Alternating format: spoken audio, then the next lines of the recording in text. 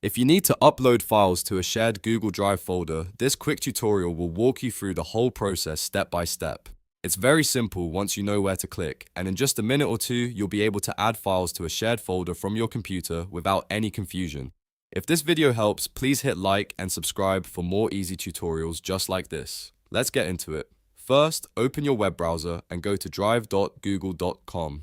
If you're not already signed in, log in with the Google account that has access to the shared folder. Once you're inside Google Drive, look at the left-hand side and find the section called Shared with Me. This is where shared folders and files usually appear when someone has given you access. Now click on Shared with Me to view the folders that have been shared with you. After that, locate the shared folder you want to upload into and click on it to open it. Make sure you open this actual folder because uploading to the wrong place can make it harder for others to find your file later.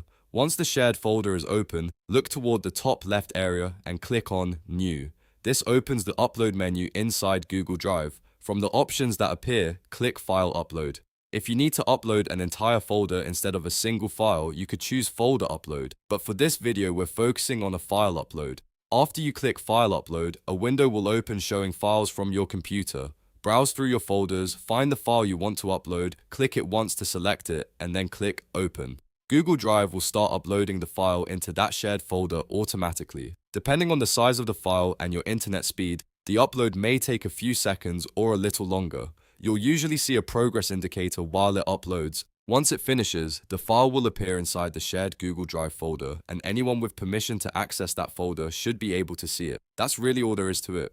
You've now uploaded a file to a shared Google Drive folder successfully. If you found this helpful, don't forget to like the video, subscribe to the channel, and turn on notifications so you don't miss the next tutorial. Thanks for watching, and I'll see you in the next one.